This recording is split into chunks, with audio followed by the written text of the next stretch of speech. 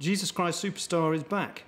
Currently on its first ever UK arena tour, it has been filmed by Universal Pictures for broadcast in cinemas all over the world and will be released on DVD and Blu-ray in the coming months.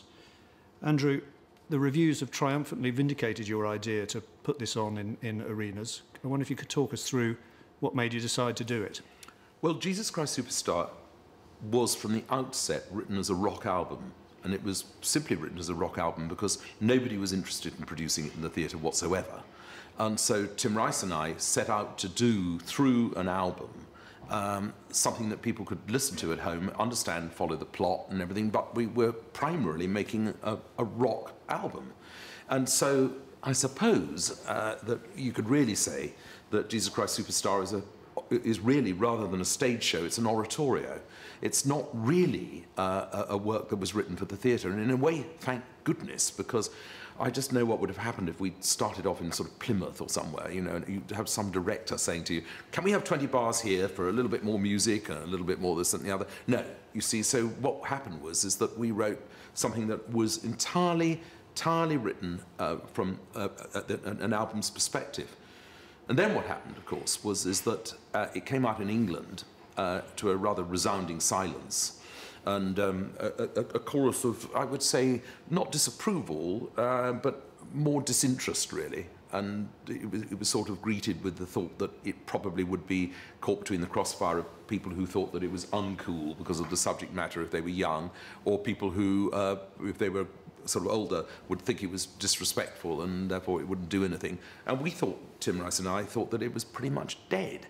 And then suddenly we got the call to go to America, and it was #1. And from absolutely ground zero to #1, it was most extraordinary. And that's how it started.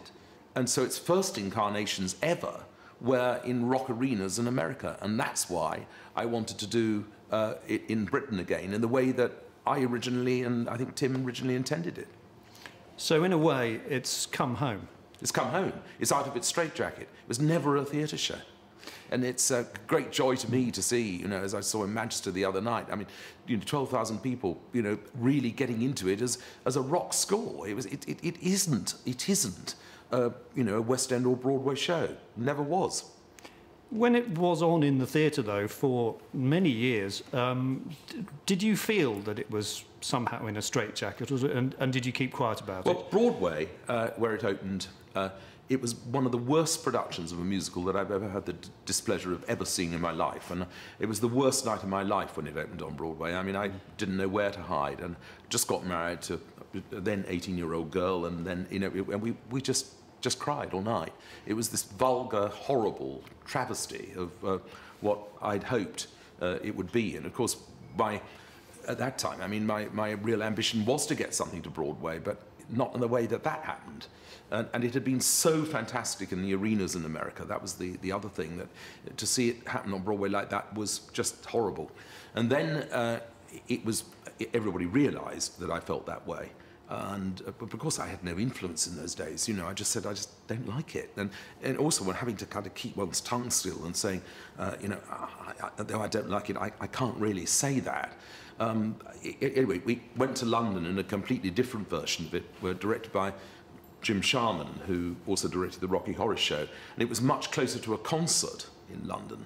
And I think the reason why it worked in London for the length of time it did, and it became, at the time, the longest-running musical in London, I think it was because, funnily enough, it was closer to the concert form than the Broadway one, which tried to kind of, you know, it just was horrid. And the Broadway one, Proof is in the Pudding, had only run 20 months, you know, and yet it came out of the back of the biggest album that had been seen in America for years. It's taken 40 years to appear in UK arenas. Could you talk about how this particular production has come about? Basically, I decided 5 years ago that it would be great to see whether we could get a tour together again in the USA. And it started from that. And, you know, as these things always take time, it grew from that. And then we had an opportunity to do it in Britain. And I thought, well, it would be rather fun for me to show the UK what I always hoped it would be. Of course, I mean, look, going back to what the original concert tour was back 41 years ago, actually, when it opened in Pittsburgh. I mean, I shudder to think what it really sounded like. And of course, it wasn't really staged or lit or anything like that because we didn't have that kind of technology or anything available to us in those days. But what we do have now, of course, is the opportunity to do something completely using film techniques, but the most thrilling thing about it is that everything is live. And although we use film techniques, we have a camera script, so somebody is following on the screen all the time what's going on, and they know where to cut and what to show. But every single thing that we do it's a live rock band, live performers, and it's live artists. You've also got the technology, the film technology now, which is something that you didn't have 5 years ago even. You've had other shows of yours filmed. Were you also waiting for that technology to become available? Well, I think nobody knew that, even 10 years ago, that the technology was going to be available to be able to film, frankly, a musical, in a live performance, or any kind of rock event in a live performance, up to the standard that it's really completely movie quality. Nobody knew that. And the first sort of toe in the water that I had with that was, funny enough, watching broadcast from the Met and the National Theatre, when you suddenly began to realise that there's a new breed of people who are able to do this and capture the performances extraordinarily. And I got very excited about that. And when we did the Phantom of the Opera 25th, that was the first time I saw it happening. I couldn't believe it. I went into the truck where they were doing the live broadcast and the live edit and everything. I mean, somebody editing 20 cameras. I mean, astounding. I've no idea where that kind of ability comes from. I mean, I couldn't do it, knowing exactly where they were going after 2 rehearsals, and I just thought that this is absolutely extraordinary. So, I mean, I think the future for musicals, particularly for musicals that may not be ones that maybe a cinema company is going to actually invest millions and millions and millions of dollars to do, but can do relatively reasonably cheaply through this process, it's got to be extraordinary. I mean, how wonderful it would be to have, for example, Elaine Page's first performance of Evita. And, to me, it's a completely new way, and very, very, very exciting. Could we talk about the casting? It's a fascinating cast. Particularly, let's start with Herod, who is played by Chris Moyles, who in this country is known as a rather loudmouth BBC radio DJ. Chris Moyles is indeed known in Britain as a very, very successful, most popular DJ probably around. A bit like Rick Dees used to be in America. I mean, he's the one who everybody talked about. I happen to know he could sing, and therefore it was just a sort of slight no-brainer to ask him. I mean, because it's a one-off role, and you have to have somebody who is media savvy to do that role, and the way we've directed it. And I think it's proved to be extremely, extremely good. I mean, he's a very, very funny man, but he knows precisely what he's doing because he's a professional. And everybody who gets up, at 5 o'clock in the morning and then does a radio show till, whatever, 10 in the morning and has to do it every day. They're pros, and I knew he'd deliver, and he has. And how about Tim Minchin, who's best known for singing his own songs, of course? Well, Tim Minchin, of course, is the new kid on the block as far as musical theatre is concerned in Britain, because he's written the extraordinarily good musical Matilda, and both music and lyrics. Slightly irritating that he also writes music, actually. But I met him because when Matilda was coming into London, I thought that, well, first, I was a great fan of his anyway as a comedian, but I had no idea about really his lyric writing ability, which is just fabulous. And so I met him and we had lunch, and we got on rather well, actually. But talked about musicals and where he came from in Australia and how he started and blah, blah, blah. Very end of the lunch, he said, the role I've always wanted to play is Judas in Jesus Christ Superstar. And I said, you want to play Judas? I said, but you don't do that sort of thing. And he said, well, I understudied it once, and I really, really would love to come and sing for you. So in this very room, he came round, and couple of weeks later, we worked together, and I just thought he was extraordinary. And I said, yes, if you really are serious. I didn't believe he was serious. But he's totally serious, and he's, I suppose, probably been, I think, reviewed as very, very probably the best Judas we've ever had. Did he say what it was about the character that appealed to him? I think he likes the ambivalence of the approach that Tim Rice came up with originally. I think the idea that Judas Iscariot, did he have God on his side, which is the Bob Dylan thought, of course. I think that's where he comes from. I mean, Tim is a very passionate atheist, if that's possible to be passionate about, but he is. And I think, therefore, it appeals to him because the role of Judas is, it's equivocal, isn't it? I mean, he obviously loves Jesus, but at the same time, he is questioning everything that Jesus is doing, and whether or not, from a very pragmatic point of view, what he's doing is going to bring down the whole status quo in Israel. And it's, I think, I can see, to a performer like Tim, I can see why it works, because he can give an interpretation that's based very, very much on text rather than it just being pop songs. And in Melanie Chisholm, you also have a Spice Girl. Well, we have a very, very talented girl who, of course, some people will remember, was nominated for an Olivier Award with her role, you know, which she played in Blood Brothers in the West End, which I happened to see. And she's a wonderful breath of fresh air for us, wonderful. And the great thing about it is our cast is really from the rock world rather than the theatre world. She does have an amazing voice, doesn't she? Well, what Mel C has is a very, very good voice, but she has a wonderful, wonderful character. She brings a reality to it. I mean, and you really do believe that she was a street girl who, you know, could have easily fallen in love with this man, and it's a fabulous, I mean, very well thought through performance. It's a proper performance, but it doesn't come from that West End stereotype, which is what's so fabulous about her.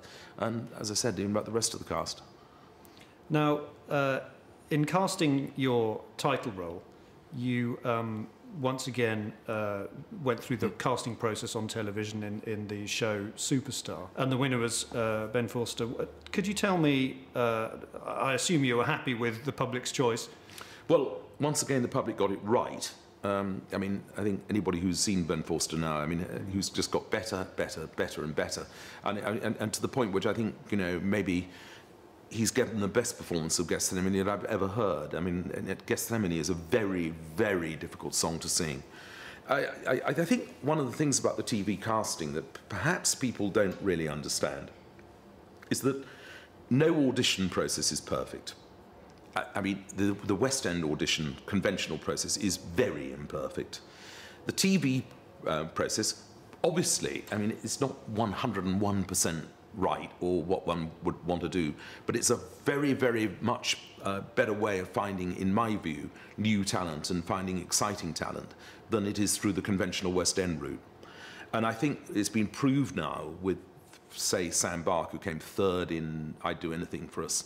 We're looking for the role of Nancy, starring opposite Hugh Jackman in Les Miserables movie. You know, I mean, the fact of the matter is that we have found, and with Ben Forster once again, we have found people who, I have found people who I would never normally get to see in the audition process. Because the whole West End kind of world is, it's agents and agents putting forward their clients and blah, blah, blah, blah, blah. Here it's completely open. And I find it thrilling. I find it very exciting. I love working with the young people.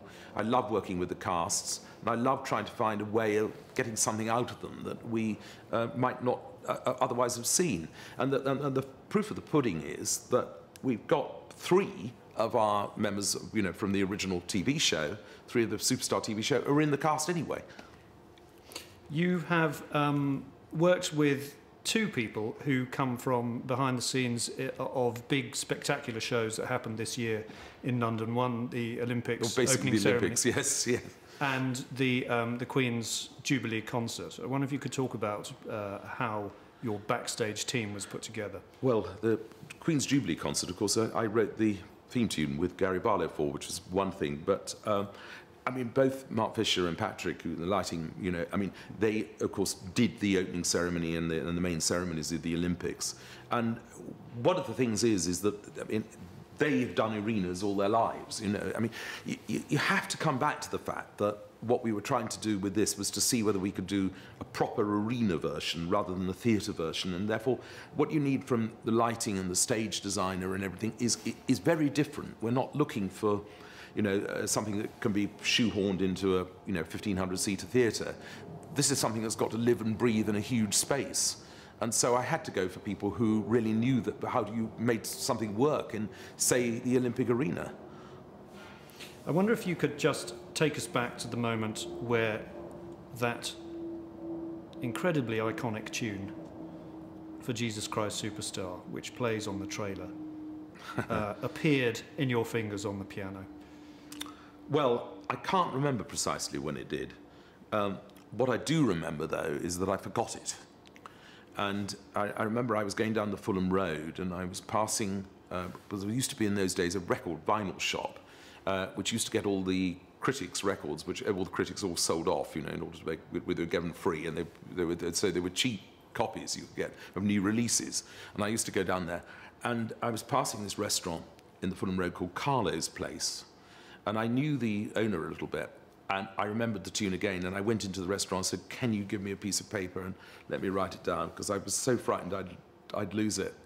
But it was one of those funny things. I can't remember the opening moment, but I can remember when I remembered it again. Are there other biblical stories that might be suitable for turning into a stage musical? Not for me, I don't think. But we talked about, Tim Rice and I talked about doing Moses after Joseph, but we couldn't make that work.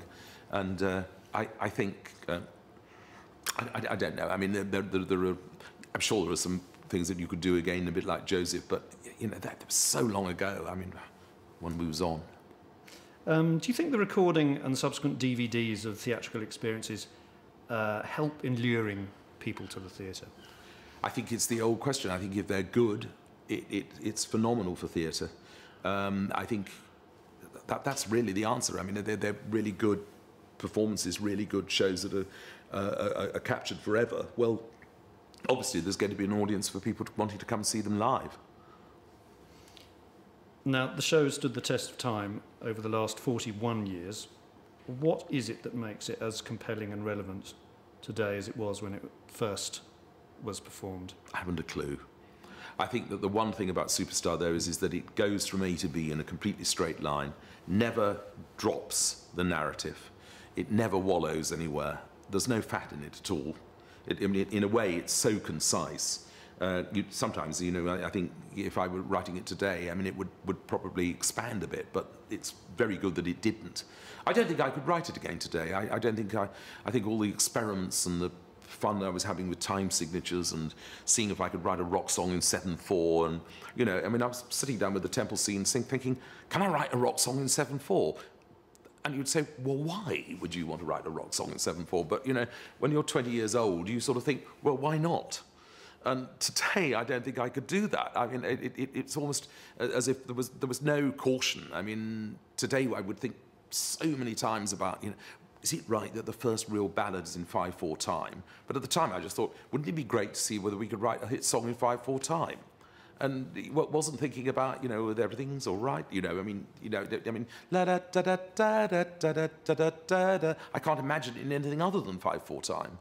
But it's just fun because you don't really think back of it. I mean, it was, everything was about just experiment. And you see, I'd never heard, for example, any of my work on a big orchestra before.